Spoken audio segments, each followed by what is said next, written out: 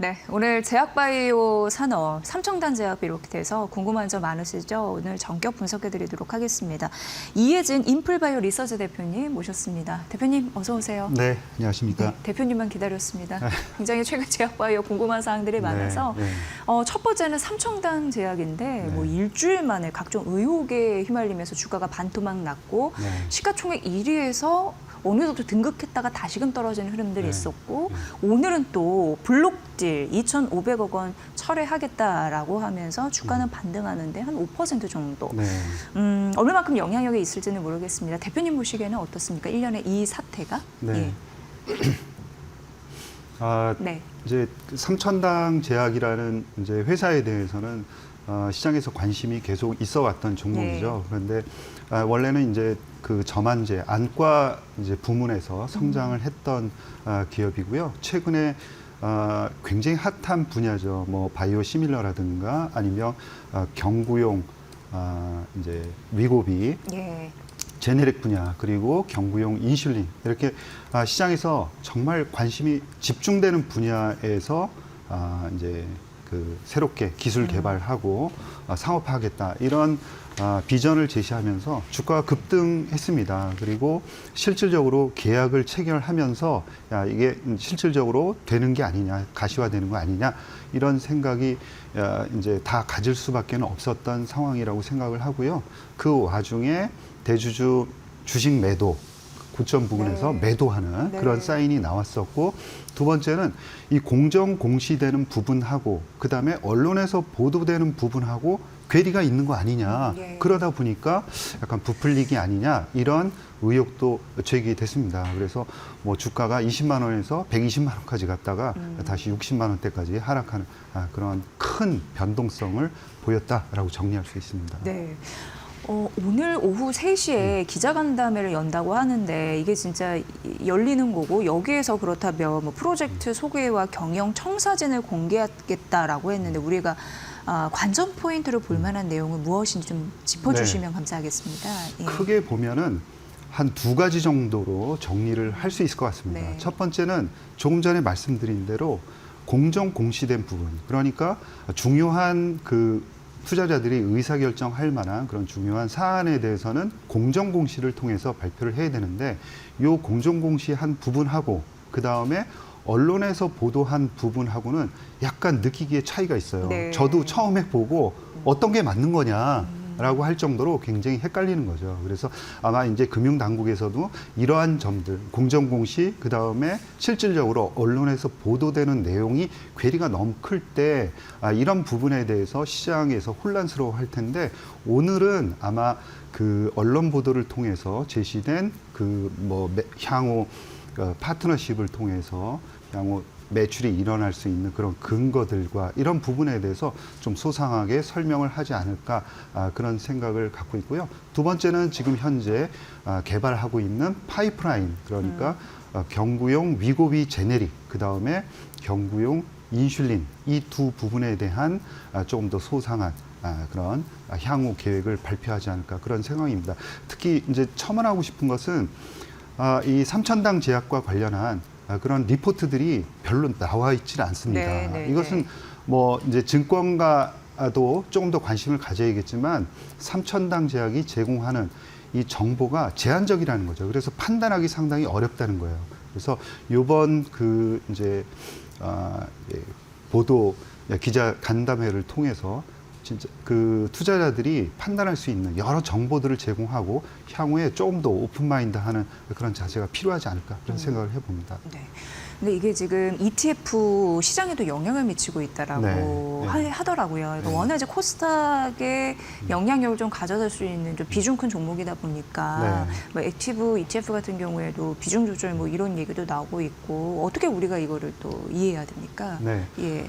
사실 ETF는 운용사가 운용을 하는 거고 그다음에 운용과 관련한 것은 전적으로 운용사의 권한입니다. 권한이면서 책임이 되겠죠. 그래서 요번에 저도 이제 쭉 살펴보니까 의미 있게 이 삼천당 제약을 편입한 그런 액티브 ETF들도 굉장히 많습니다. 그래서 이제 이제 종목을 사고 팔고 하는 이 부분에 있어서는 이제 증권사의 권한이 그 운용사의 권한이다. 그러나 이 종목을 편입할 때 그 편입하는 이제 기업 선정 요건이라든가 이런 부분들은 아마 운용사의 철학이 전체적으로 반영된다 이렇게 봐야 될 것 같고요. 조금 더 볼 필요가 있는 게 삼천당 제약을 진짜 핵심 종목으로 가져가는 거냐 아니면 단기 트레이딩용이냐라는 것을 좀 두고 봐야 되는데 지금 편입된 비중을 보면은 단기 트레이딩용으로 보기에는 이제 비중이 좀 높은 거죠. 그래서 바이오 그러면은 변동성이 굉장히 큰 종목들입니다. 불확실성도 굉장히 크죠.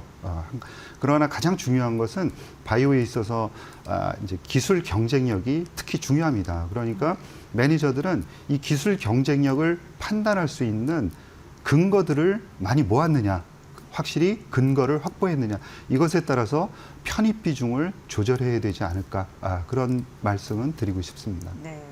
계약 내용이 허위 사실이 있었느냐 부풀리기냐 이거에 대한 좀 간극이 큰 것 같은데 오늘 이것을 3시 기자회견에서 제대로 해명을 네. 할 것인지 네. 그런 부분에 따라서 오늘 뭐 장 막판이나 그리고 시간이나 내일 굉장히 중요한 좀 분기점이 되지 않을까 그렇습니다. 이런 예상이 됩니다. 네. 어쨌든 이런 이슈가 터졌고 주주들의 마음도 굉장히 혼란스러울 것 같은데 네. 좀 여쭤봤습니다. 네. 어떤 포인트가 중요할지. 그리고 이제 제약바이오 불확실성이 가장 힘들다고 지금 이제 이란 전쟁 리스크 네. 이제 이렇게 되면 금리도 높아지는 상황이고요. 제약바이오는 원래 이제 성장 산업이기 때문에 빚 부담, 투자를 해야지 뭔가를 네, 하는 맞습니다. 산업인데 그런 부분에서 자유롭지 않습니다. 네. 이거에 대해서 어떻게 보세요? 그 리스크의 범위는? 네, 지금 말씀하신 게 정확히 맞는 지적이고요. 네. 그렇지만 한 가지 주의 깊게 봐야 하는 게 있습니다. 우리나라 바이오 그 주식이 지난주에 액티브 ETF 기준으로 마이너스 거의 15% 급락을 했습니다. 조금 전에 이제 그 이야기를 나눴던 삼천당 제약의 신뢰성 문제가 전체 바이오에 영향을 미쳤다. 그 한 부분을 차지했다. 이렇게 봐야 되는데 반면에 미국에서는 바이오텍, 나스닥 바이오텍으로 구성된 ETF들은 신고가를 갱신을 했습니다. 네. 조금 전에 말씀하신 대로 전쟁의 위험, 고유가, 그다음에 금리에 대한 부담감이 있는데도 불구하고 불도 올라선 거죠. 그래서 신고가를 갱신했다. 이것은 금리에 대한 일정 부분 내성이 생겼다라고 봐야 될 것 같고요. 자금을 확보하고 있는 회사들, 기술력을 가지고 있으면서 자금력을 가지고 있는 회사들은 자금력의 문제가 그렇게 크지 않다라고 시장에서 인식을 하는 거죠. 네네네. 그래서 중장기적으로 보면은 국내 바이오와 나스닥 바이오텍이 정말 똑같이 움직입니다. 그래서 국내 시장이 지난주에 급락을 했지만 이 부분을 잘 신뢰성을 회복하면서 간다 그러면 그리고 이번 달 말까지는 아마 바이오가 그렇게 위치상으로는 그렇게 유리하지는 않다라고 봐요. 그러나 이번 달 말 그리고 다음 달로 가면서는 상당히 탄력적인 상승 흐름을 보일 수 있다. 일단은 나스닥의 흐름이 좋다라고 보시면 될 것 같습니다. 네. 제가 바이오뿐만 아니라 반도체도 흔들렸던 장이니까요. 네네. 이 전쟁 통해서는 어쩔 수 없는 그런 상황이었습니다만 근데 확실히 실력을 가지고 있으면 기술력을 가지고 있으면 큰 문제가 없는 거니까 네, 맞습니다. 차별화된 경쟁력 어디에 포커스를 두냐 굉장히 그러니까 옥석 가리기를 잘해야 되는 그런 시점 네, 더욱더 이런 맞습니다. 전쟁 통해서 느끼게 되는 상황입니다. 그런데 안도의 한숨을 쉴 수 있는 부분이 관세 네. 이런 부분은 좀 잘 풀린 거네요. 예. 이건 어떻게 보셨습니까? 예. 일단 그 트럼프 행정부의 전략은 일단 높은 관세를 매깁니다. 그리고 나서 이제 요구를 잘 들어주는 회사별로 이거를 관세도 낮춰주고 네. 그 다음에 이제 관세를 낮추는 전략을 사용을 하는 거죠. 그러니까 그 빅파마 개별 회사별로 일단은 100% 고관세를 매긴 다음에 미국에 공장을 짓거나 아니면 약가를 인하하는 그런 흐름을 보이는 회사별로 일단 관세를 면제해주는 일정 기간 면제해주는 거죠.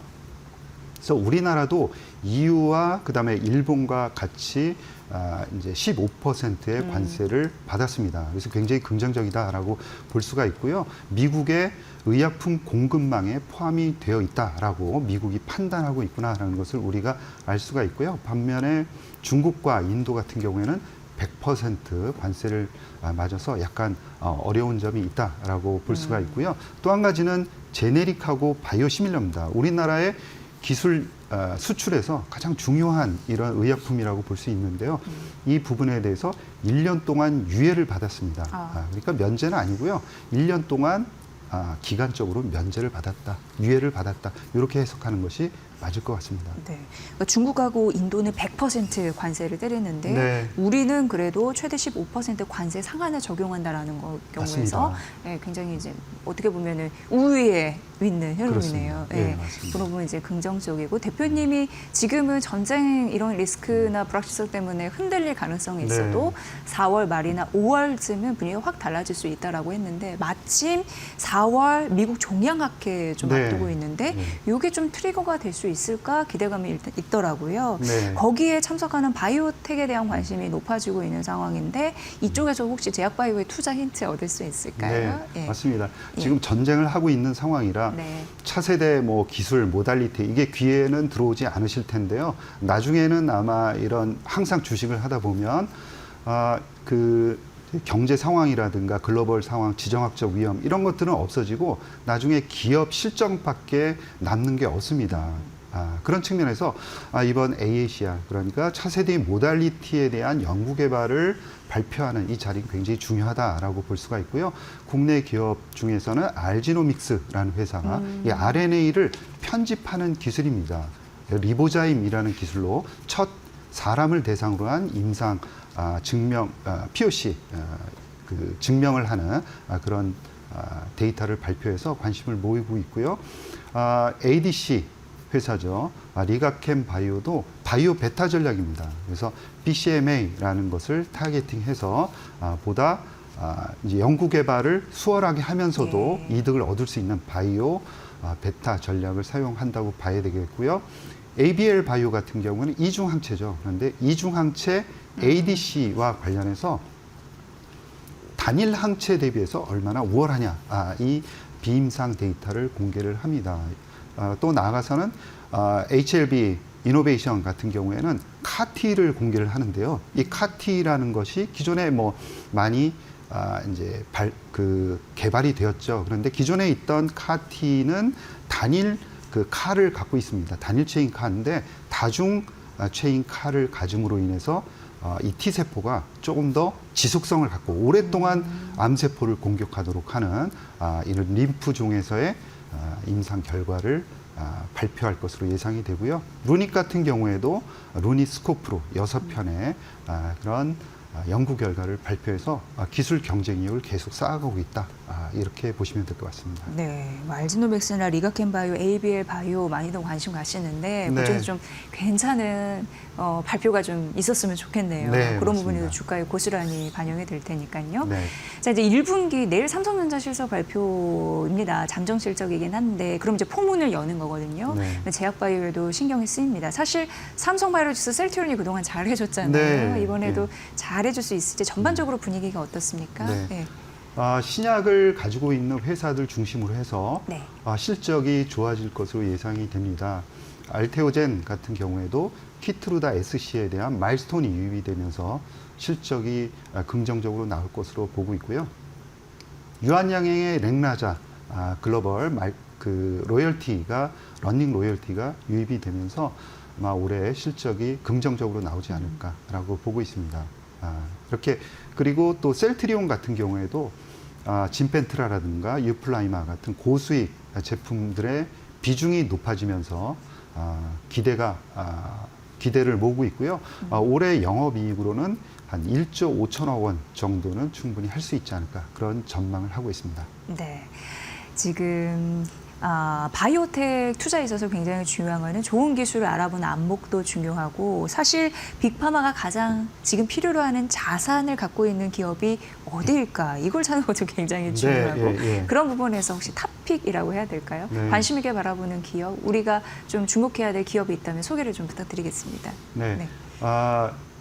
그 빅파마들이 관심을 가질 만한 그런 트렌드를 우리가 계속 팔로우하는 게 대단히 중요하다라고 생각을 하고요. 서두에 이제 삼천당 제약 사례를 보듯이 그 비만 치료제에 대한 관심은 계속해서 올라갈 수밖에 없습니다. 왜냐하면 엄청난 빠른 성장을 하고 있는 게 바로 비만 치료제 시장이다라는 거고요.